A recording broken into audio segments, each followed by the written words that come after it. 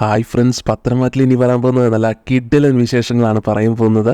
അങ്ങനെ കരൾ കൊടുത്തത് നയനയാണെന്ന് അറിഞ്ഞതിന് ശേഷം എല്ലാവരെയും അത്ഭുതപ്പെടുത്തുന്ന രീതിയിലുള്ള സമീപനമാണ് ദേവയാനി നയനയോട് കാണിക്കുന്നത്.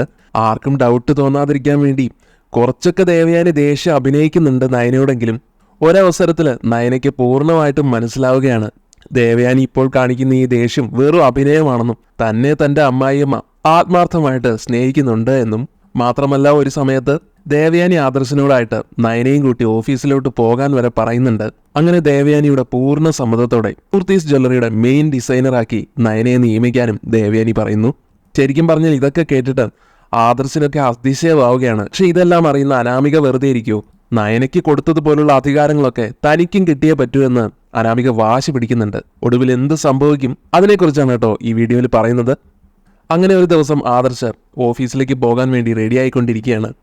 റെഡിയായി കഴിഞ്ഞതും ആദർശ് നയനയോടായിട്ട് ചോദിക്കുന്നുണ്ട്, നീയും എൻ്റെ കൂടെ പോരുന്നോ? ഞാനില്ല ആദർശേട്ടാ, എല്ലാം ഒന്ന് കലങ്ങി തെളിഞ്ഞു വരുന്നതല്ലേ ഉള്ളൂ. അതിൻ്റെ ഇടയിലൂടെ അമ്മയ്ക്ക് ഇഷ്ടമില്ലാത്ത കാര്യങ്ങളും കൂടെ ചെയ്യാൻ നിൽക്കണോ? എങ്കിൽ പിന്നെ ഞാൻ പോയിട്ട് വരാം എന്നും പറഞ്ഞ് ആദർശ് ഇറങ്ങുന്നുണ്ട്.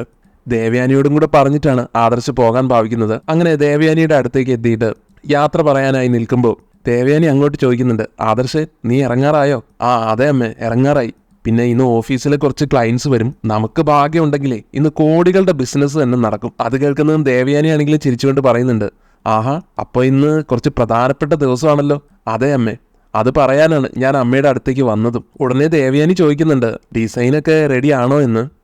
ഡിസൈനൊക്കെ ഒരുവിധം ഓഫീസിലെ സ്റ്റാഫ് പവിത്ര റെഡിയാക്കി വെച്ചിട്ടുണ്ട്. പിന്നെ വയ്യാതിരുന്നിട്ടും നയന എനിക്ക് വേണ്ടി കുറച്ച് ഡിസൈനുകളും ചെയ്തു തന്നു. അവർക്ക് ഇഷ്ടപ്പെടുന്നുണ്ടെങ്കിൽ അവരെടുത്തോട്ടെ, അല്ലെങ്കിൽ പിന്നെ ഈ ഓർഡർ ക്യാൻസൽ ചെയ്യാമെന്നും ആദർശ് പറയുന്നുണ്ട് ദേവയാനിയോട്. എന്തായാലും ദേവയാനി അത് കേൾക്കുന്നത് പുച്ഛ അഭിനയിച്ചുകൊണ്ട് പറയുന്നുണ്ട്, നിന്റെ ഭാര്യയുടെ കലാവിരുദ്ധ അപാരമാണല്ലോ, അപ്പൊ പിന്നെ ഒരിക്കലും ഈ ഓർഡർ നഷ്ടപ്പെടില്ല. അല്ല, അതെന്താ അമ്മ അങ്ങനെ പറഞ്ഞെന്ന് ആദർശ് ചോദിക്കുമ്പോൾ, അവള് വലിയ ഡിസൈനുകാരിയല്ലേ, അവളെ വെട്ടിക്കാൻ ഈ ലോകത്ത് ആരുമില്ലല്ലോ, അതുകൊണ്ട് ഞാൻ പറഞ്ഞതാണെന്ന് പറയുന്നുണ്ട് ദേവയാനി. അപ്പൊ ആദർശ് പറയും, അമ്മ കളിയാക്കിയത് എനിക്ക് മനസ്സിലായി, പക്ഷെ നയന കാരണം നമ്മുടെ കമ്പനിക്ക് കോടികളുടെ ബിസിനസ്സാണ് നടന്നിട്ടുള്ളത്, അതമ്മ മറക്കണ്ടെന്ന് ആദർശ് ഓർമ്മിപ്പിക്കുമ്പോൾ, എടാ അത് തന്നെയാ ഞാനും പറഞ്ഞത്, ഇന്നത്തെ ഓർഡർ നിനക്ക് തന്നെ എവിടെയും പോകാതെ കിട്ടുമെന്ന്. ഏതായാലും എന്നെ ഒന്ന് അനുഗ്രഹിക്കണമെന്നും പറഞ്ഞ് ആദർശ് ദേവയാനിയുടെ കാലിൽ വീഴുന്നുണ്ട് കേട്ടോ. ദേവയാനി നന്നായിട്ട് തന്നെ ആദർശിനെ അനുഗ്രഹിക്കുന്നുമുണ്ട്. ഓനെ ആദർശേ, എല്ലാം നന്നായിട്ട് വരുവടാ, ഇന്നത്തെ ഓർഡർ നമുക്ക് തന്നെ കിട്ടും. ശരിയമ്മേ, ഇതും പറഞ്ഞ് ആദർശാണെങ്കിലും സന്തോഷത്തോടെ പോകാൻ നിൽക്കുമ്പോൾ ദേവയാനി വീണ്ടും ആദർശനോടായിട്ട് ചോദിക്കുന്നുണ്ട്, നീയൊന്ന് നിന്നേ, അല്ല നയന ഇന്ന് നിന്റെ കൂടെ വരുന്നില്ലേ? ഇല്ല അമ്മേ, അവള് വരുന്നില്ലെന്ന് പറഞ്ഞു, ഞാൻ ഒറ്റയ്ക്കാ പോകുന്നത്. അതെന്താ അങ്ങനെ? അവളല്ലേ ഡിസൈൻ ചെയ്തത്, ഇനി അഥവാ അതിൽ എന്തെങ്കിലും ചെറിയ മാറ്റം വരുത്തണം എന്നുണ്ടെങ്കിൽ അവള് വേണ്ടേ വരയ്ക്കാൻ? ഇത് കേട്ട ഉടനെ ആദർശ് പറയും, കാര്യമൊക്കെ ശരി തന്നെയാ, പക്ഷെ അവളെ അമ്മയെ ആലോചിച്ചിട്ടാണ് ഓഫീസിലേക്ക് വരാത്തത്. എന്നെ ആലോചിച്ചിട്ടോ? അവളുടെ ഇഷ്ടങ്ങൾ അവൾക്ക് ചെയ്തൂടെ? ഞാൻ അവളെ തടഞ്ഞു വെച്ചിട്ടൊന്നും ഇല്ലല്ലോ. അപ്പൊ ആദർശ് പറയും, എന്നാലും അമ്മയ്ക്ക് നയന ഓഫീസിലോട്ട് വരുന്നതൊന്നും ഇഷ്ടമല്ലല്ലോ, അതുകൊണ്ട് മാത്രമാണ് അവള് വരുന്നില്ലെന്ന് പറഞ്ഞത്. ദേവയാനി പറയും, അതേതായാലും നന്നായി, അവൾക്ക് ഈ വീട്ടിലെ പണികളൊക്കെ ചെയ്ത് കഴിഞ്ഞുകൂടാനാ യോഗം. അതെ, ഞാനൊരു കാര്യം പറയാം, നിനക്ക് വേണമെന്നുണ്ടെങ്കിൽ നീ അവളെ കൊണ്ടുപോക്കോ. ഇനി വെറുതെ ഞാൻ ഓരോന്നും പറഞ്ഞിട്ടാണ് അവൾ പോകാത്തതെന്ന് പറയരുത്. മൂർത്തീസ് ജ്വല്ലറിക്ക് അവള് കാരണം ഒരുപാട് നേട്ടങ്ങളാണല്ലോ കിട്ടിയിട്ടുള്ളത്. അതുകൊണ്ട് അവിടുത്തെ മെയിൻ ഡിസൈനറായ പവിത്രയെ ഒഴിവാക്കിയിട്ട് നയനയെ ആ സ്ഥാനത്ത് കയറ്റിക്കൂടെ? അതിലെ എനിക്കൊരു കുഴപ്പമില്ല. ദേവയാനി അല്പം ദേഷ്യം അഭിനയിച്ചുകൊണ്ട് തന്നെയാണ് കേട്ടോ ഇത് പറയുന്നത്. എന്തായാലും ഇത് കേൾക്കുന്ന ആദർശാണെങ്കിൽ വിശ്വസിക്കാൻ കഴിയാത്ത രീതിയിൽ ഇങ്ങനെ സ്തംഭിച്ച് നിൽക്കുന്നുണ്ട്. എന്നിട്ട് ചോദിക്കുന്നുണ്ട്, അമ്മ തന്നെയാണോ ഇത് പറഞ്ഞത്? അപ്പൊ ദേവയാനി പറയും, എനിക്ക് ഒരു വട്ടമേ പറയാൻ പറ്റൂ, നിനക്ക് വേണമെങ്കിൽ നീ നിന്റെ ഭാര്യ ഓഫീസിലോട്ട് കൊണ്ടുപോടാ, അല്ലെങ്കിൽ പിന്നെ അവൾ ഇവിടുത്തെ പണിയും എടുത്ത് കഴിഞ്ഞുകൂടട്ടെ, എന്ത് വേണമെന്ന് നിനക്ക് തീരുമാനിക്കാം. ആദർശാണെങ്കിലും മനസ്സിൽ ലഡ് പൊട്ടിയ മട്ടിലാണ് നിൽപ്പ്. കേട്ട പാതി കേൾക്കാത്ത പാതി ആദർശ് വേഗം നയനയുടെ അടുത്തേക്ക് പോകുന്നുണ്ട്. അതേസമയം ദേവയാനി മനസ്സിൽ വിചാരിക്കുകയാണ്, നയനമോൾ ഇനി ഇവിടെ നിന്നാൽ ശരിയാവില്ല, ഇവിടുത്തെ വീട്ടുജോലികളും എടുത്ത് കഷ്ടപ്പെടേണ്ടവളല്ല അവള്, അവളുടെ ഇഷ്ടം ഇനിയെങ്കിലും താൻ തിരിച്ചറിയണം. അതുകൊണ്ട് ആദർശിന്റെ കൂടെ അവളും ഇനി ഓഫീസിൽ പോയി തുടങ്ങട്ടെ, അവളുടെ ഇഷ്ടങ്ങളെല്ലാം നടക്കട്ടെ എന്ന് ആഗ്രഹിക്കുന്നുണ്ട് ദേവയാനി. എന്തായാലും ഈ കാര്യങ്ങളെല്ലാം നമ്മുടെ ജാനകി മറിഞ്ഞു നിന്ന് കാണുന്നുണ്ട്. ദേവയാനി ഇങ്ങനെ ഒറ്റയ്ക്ക് നിന്ന് എന്തൊക്കെയോ ആലോചിച്ച് ചിരിച്ചുകൊണ്ട് നിൽക്കുന്നത് ജാനകി ശ്രദ്ധിക്കുന്നുണ്ട്. കുറച്ച് ദിവസമായിട്ട് ഞാൻ ശ്രദ്ധിക്കുന്നു, ഏട്ടത്തിക്ക് എന്തൊക്കെയോ മാറ്റങ്ങളുണ്ട്. കീരിയും പാമ്പും പോലെ നിന്ന് ഏട്ടത്തിയും നയനയും ഇപ്പോൾ ഏതാണ്ട് അടയും ചക്കരയും പോലെ ആയി തുടങ്ങിയിട്ടുണ്ട്. എന്തായിരിക്കും ഇതിന് കാരണം? എന്തായാലും അവളുടെ ഒരു ഭാഗ്യമേ, എന്നൊക്കെ ചിന്തിക്കുന്നുണ്ട് ജാനകി. ആദർശാണെങ്കിൽ ദേവയാനി പറഞ്ഞ കാര്യങ്ങൾ നയനെ അറിയിക്കാൻ വേണ്ടി ചെല്ലുകയാണ്. നയനയാണെങ്കിൽ ആദർശിനെ കണ്ടപാടെ തന്നെ ചോദിക്കുന്നുണ്ട്, അല്ല ഇതുവരെ പോയില്ലേ, ഇതെന്ത് പറ്റി എന്നിങ്ങനെ തിരക്കുന്നതും ആദർശ് പറയുന്നുണ്ട്, അത് പിന്നെ നയനെ നിന്നെയും കൂട്ടി ഞാൻ പോകാമെന്നാണ് വിചാരിക്കുന്നത് ഓഫീസിലോട്ട്. നയനെ അത് കേട്ട് ഞെട്ടുന്നുണ്ട് കേട്ടോ. ആദർശേട്ടൻ എന്താ പറയുന്നത്, ഞാനും കൂടെ വരണമെന്നോ? ഞാൻ മുമ്പേ പറഞ്ഞല്ലോ ഞാനും കൂടെ വരുന്നത് അമ്മയ്ക്ക് ഇഷ്ടമാവില്ല. എന്നാൽ ആദർശ് പറയും, ഞാൻ നീ ഉണ്ടെങ്കിൽ മാത്രമേ പോകുന്നുള്ളൂ, പിന്നെ നിനക്കിപ്പോ അമ്മയാണല്ലോ പ്രശ്നം. എന്നാലേ ആ അമ്മ തന്നെയാണ് കുറച്ചു മുമ്പ് എന്നോട് പറഞ്ഞത് നിന്നെയും കൂട്ടി ഓഫീസിലോട്ട് പോകാൻ. ഇത് കേൾക്കുന്നതും നയനെയാണെങ്കിലും വിശ്വസിക്കാൻ കഴിയാതെ ശരിക്കും മിഴിച്ചു നിൽക്കുകയാണ്. തുടർന്ന് ആദർശ് പറയുന്നുണ്ട്, ഈ കാര്യം മാത്രമല്ല വേറൊരു സന്തോഷം ഉണ്ടാക്കുന്ന കാര്യം കൂടെ അമ്മ എന്നോട് പറഞ്ഞു. അതെന്താണെന്ന് നയനെ ചോദിക്കുമ്പോൾ, നീ ഇന്നലെ എന്നോട് പറഞ്ഞില്ലേ അമ്മയ്ക്ക് നല്ല ചേഞ്ച് ഉണ്ടെന്ന്. പക്ഷേ ഞാനത് അത്ര വിശ്വസിച്ചിരുന്നില്ല. പക്ഷെ ഇപ്പൊ എനിക്ക് മനസ്സിലായി മല ചവിട്ടിയതിൽ കാര്യം ഉണ്ടായെന്ന്. ഇത്രയും കേട്ട നയനയാണെങ്കിൽ ആദർശിനോട് ചോദിക്കുന്നുണ്ട്, സർപ്രൈസ് ഇടാതെ പറ ആദർശേട്ടാ. അപ്പൊ ആദർശ് പറയാണ്, അത് വേറൊന്നുമല്ല, അമ്മ നിന്നെ മെയിൻ ഡിസൈനർ ആക്കാനാണ് പറഞ്ഞിരിക്കുന്നത്, മൂർത്തീസ് ജ്വല്ലറിയുടെ. നയനയ്ക്കാണെങ്കിൽ ഇതൊന്നും കേട്ടിട്ട് വിശ്വസിക്കാനേ പറ്റുന്നില്ല. എന്നെ വിശ്വസിപ്പിക്കാൻ വേണ്ടി ആദർശേട്ടൻ കള്ളം പറഞ്ഞൊന്നും അല്ലല്ലോ എന്ന് ചോദിക്കുമ്പോൾ, ഒരിക്കലുമല്ല നയനെ, എന്റെ അമ്മ അതേ കുറച്ചു മുമ്പാണ് പറഞ്ഞത് നിന്നെയും കൂടെ ഓഫീസിലേക്ക് കൊണ്ടുപോയിട്ട് പവിത്രയ്ക്ക് പകരം നിന്നെ മെയിൻ ഡിസൈനറായിട്ട് നിയമിക്കണമെന്ന്. അങ്ങനെ എല്ലാം കൂടെ കേൾക്കുമ്പോൾ നമ്മുടെ നയനയ്ക്ക് ചില സംശയങ്ങളൊക്കെ തോന്നുകയാണ്. അമ്മ എല്ലാ സത്യങ്ങളും അറിഞ്ഞോ എന്നുള്ള കാര്യത്തിൽ, താനാണ് കരൾ പകത്ത് കൊടുത്തത് എന്നുള്ള കാര്യം ദേവയാനി അറിഞ്ഞിട്ടുണ്ടാവോ? പക്ഷെ ആദർശ് പറയും, അമ്മയുടെ സംസാരത്തിൽ നിന്ന് എനിക്ക് അങ്ങനെയൊന്നും തോന്നിയില്ല. എന്തായാലും ഇനിയിപ്പോൾ അതിനെപ്പറ്റിയൊന്നും ആലോചിക്കണ്ട, നീ വേഗം റെഡിയാവും നയനെ. ഇനി നീ ചോദിക്കാൻ ചെന്ന് കഴിഞ്ഞാൽ അമ്മ പോകണ്ടെന്ന് പറഞ്ഞാലോ?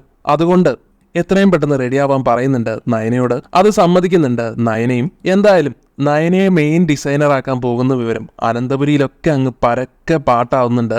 ഇത് അനാമികയ്ക്ക് ഒട്ടും തന്നെ ഇഷ്ടപ്പെടുന്നില്ല. അനാമിക ഇത് കേട്ട പാടെ അനിയുടെ അടുത്തേക്കാണ് പോകുന്നത്. അനി, നീ ഏത് സമയവും ഇങ്ങനെ കവിതയും എഴുതിക്കൊണ്ടിരുന്നു, വലിയൊരു കലാകാരൻ വന്നേക്കുന്നു. മറ്റുള്ളവരുടെ മനസ്സ് എന്താണെന്ന് തിരിച്ചറിയാൻ കഴിയാത്ത നീയൊക്കെ എവിടത്തെ കലാകാരനാടാ. അനിക്കാണെങ്കിൽ ദേഷ്യം വരുന്നുണ്ട്. അനാമികയോട് പറയുന്നുണ്ട്, നീ എന്നെ വെറുതെ അധിക്ഷേപിക്കാൻ വന്നതാണോ? അയ്യോ അല്ലേ, നിന്നെ അധിക്ഷേപിച്ചിട്ട് വലിയ കാര്യമൊന്നുമില്ല. നിനക്ക് കമ്പനിയും സ്വത്തും ഒന്നും വേണ്ടല്ലോ. അത് വേണമെന്ന് ആഗ്രഹിക്കുന്നവരുടെ മനസ്സും നീ കാണുന്നില്ല. എടാ അനി, ആദർശേട്ടൻ നിന്നെ എത്ര ബ്രാഞ്ച് ഏൽപ്പിച്ചതാ, നീ അത് വല്ലതും പോയി നോക്കുന്നുണ്ടോ? ഏതു സമയവും ഇതുപോലെ നിരാശയും പിടിച്ച് ഓരോന്ന് കുത്തിക്കുറിച്ചുകൊണ്ടിരിക്കും. എന്നാൽ ഇതെല്ലാം കേട്ട് അനി തിരിച്ചു പറയുന്നുണ്ട്, കേട്ടോ, ഞാൻ കവിത എഴുതുന്നുണ്ടെങ്കിലേ ആ കവിതയെല്ലാം മാഗസീൻസിൽ അച്ചടിച്ച് വരുന്നുണ്ടെങ്കിൽ അതിനനുസരിച്ച് അർത്ഥം ഉണ്ടാകും. നീയൊക്കെ ചിന്തിക്കുന്നത് എല്ലാം തെറ്റായ അർത്ഥത്തിൽ. അതുകൊണ്ടാണ് നീയൊക്കെ ഇങ്ങനെ എല്ലാം നെഗറ്റീവായി വിചാരിക്കുന്നത്. എന്നാൽ അനിയുടെ വാക്കുകളൊന്നും ഉൾക്കൊള്ളാൻ അനാമിക്ക് സാധിക്കുന്നില്ല. ശരിക്കും വിരളി പിടിച്ചതുപോലെ പറയുന്നുണ്ട്, എനിക്കതൊന്നും കേൾക്കണ്ട, നിന്നോട് വഴക്കിടാനുമല്ല ഞാൻ വന്നത്. എനിക്ക് മൂർത്തീസ് ജ്വല്ലറിയിലെ ഏതെങ്കിലും ഒരു ബ്രാഞ്ച് നോക്കാൻ വേണം. എന്നെ മുത്തശ്ശൻ അത് ഏൽപ്പിക്കണം. നിനക്ക് തന്നതിൽ ഏതെങ്കിലും ഒരു ബ്രാഞ്ച് എന്നെ ഏൽപ്പിച്ചാൽ മതി. ഞാൻ അവിടുത്തെ MD ആയിട്ട് അവിടുത്തെ കാര്യങ്ങളൊക്കെ നോക്കിക്കോളാം. പക്ഷേ അനിക്കതൊന്നും ഇഷ്ടപ്പെടുന്നില്ല. നിനക്കതിനുള്ള യോഗ്യതയൊന്നും ഇല്ലെന്ന് പറയുന്നുണ്ട്. അനി, നിന്റെ അച്ഛന് കുറേ കമ്പനികൾ ഉണ്ടെന്നല്ലേ നീ പറഞ്ഞത്?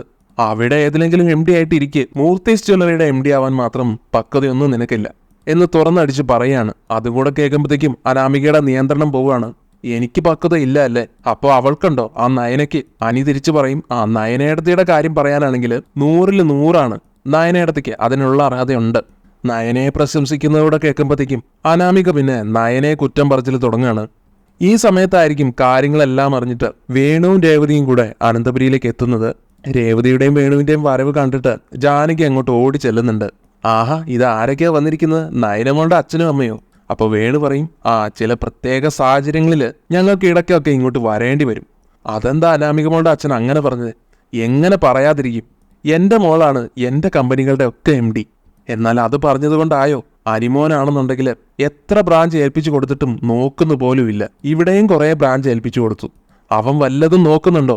ഈ ഒരു അവസരത്തിൽ എൻ്റെ മോളൊരു ബ്രാഞ്ച് ചോദിക്കുമ്പോൾ അതിൽ MD ആവാൻ ആവശ്യപ്പെടുമ്പോൾ അതിലെന്താ ഇത്ര വലിയ തെറ്റ്? ജാനകി പറയുന്നുണ്ട്, അത് പിന്നെ അച്ഛനാണ് ആ അഭിപ്രായം വേണ്ടെന്ന് പറഞ്ഞത്. എന്തായാലും ഇത് വളരെ മോശമായി പോയി ജാനകി. ചുക്കിനും ചുണ്ണാമ്പിനും കൊള്ളാത്ത ആ നയനെ പിടിച്ച് നിങ്ങൾ മെയിൻ ഡിസൈനറാക്കി. എന്നിട്ട് എന്തുകൊണ്ടും എല്ലാ അർഹതയുമുള്ള എൻ്റെ മോളെ നിങ്ങളെല്ലാവരും കൂടെ അവഗണിക്കുന്നു. വേണുവും ജാനകിയും തമ്മിലുള്ള സംസാരം കേട്ടുകൊണ്ട് മുത്തശ്ശൻ അങ്ങോട്ട് വരുവാണ്. എന്താ പ്രശ്നമെന്ന് മുത്തശ്ശൻ ചോദിക്കുമ്പോൾ വേണു മുത്തശ്ശനോടായിട്ട് പറഞ്ഞു തുടങ്ങാണ്, മൂർത്തി സാറേ, മൂർത്തീസ് ജ്വല്ലറി മൂർത്തി സാർ എന്നൊക്കെ പറയുമ്പോൾ എല്ലാവർക്കും ഒരു ബഹുമാനമായിരുന്നു. എന്നാൽ ഇപ്പോഴേ ഇവിടെ വല്ലാത്തൊരു വേർതിരിവാണ് നിങ്ങളെല്ലാവരും കൂടെ കാണിക്കുന്നത്. ഉടനെ മുത്തശ്ശൻ ചോദിക്കുന്നുണ്ട്, എന്ത് വേർതിരിവ് കാണിച്ചെന്നാ വേണു പറയുന്നത്? അത് പിന്നെ ആ നയനയെ മെയിൻ ഡിസൈനർ ആക്കിയില്ലേ മൂർത്തീസ് ജ്വല്ലറിയുടെ. അപ്പോ എന്റെ മോളൊരാവശ്യം പറഞ്ഞ അത് മൂർത്തി സാറ് നടത്തി കൊടുക്കണ്ടേ? അവളും ഈ വീട്ടിലെ മരുമകളല്ലേ? മുത്തശ്ശൻ പറയും മൂർത്തീസ് ജ്വല്ലറിയുടെ MD സ്ഥാനം അതൊഴികെ മറ്റെന്തും ഞാൻ ചെയ്യാമെന്ന് ഞാൻ അവളോട് പറഞ്ഞിട്ടുണ്ടെന്ന്. അതേസമയം രേവതി വേണുവിന്റെ ചെവിയിൽ പറയുന്നുണ്ട് സ്വകാര്യമായിട്ട്, ഈ കാര്യം ഇവള് നമ്മളോട് പറഞ്ഞില്ലല്ലോ, ഒന്നും കൊടുക്കുന്നില്ലെന്നല്ലേ പറഞ്ഞത്. എന്തായാലും നിന്റെ മോളുടെ വാക്കും കേട്ട് തുള്ളിച്ചാടി വന്ന എന്നെ വേണം പറയാനെന്ന് വേണുവും തിരിച്ചു പറയുന്നു. എന്നിട്ട് മുത്തശ്ശനോടായിട്ട് പറയുന്നുണ്ട്, മൂർത്തി സാറേ എന്റെ മോളുടെ വിഷമം കണ്ടുകൊണ്ട് വന്നതാ ഞങ്ങള്. എന്നാൽ മുത്തശ്ശൻ തിരിച്ചു പറയുന്നുണ്ട്, നിങ്ങളുടെ മോൾക്ക് എന്തെങ്കിലും വിഷമമുണ്ടെന്ന് കരുതിയിട്ട് അത് പരിഹരിക്കാൻ ഓടിച്ചാടി വരേണ്ടതില്ലെന്ന്. കാരണം അത് അവൾക്ക് വളം വെച്ച് കൊടുക്കുന്നതിന് തുല്യമാണ് എന്നും നല്ല ചുട്ട മറുപടി തന്നെ മുത്തശ്ശൻ വേണുവിനും രേവതിക്കും കൊടുക്കുന്നുണ്ട്.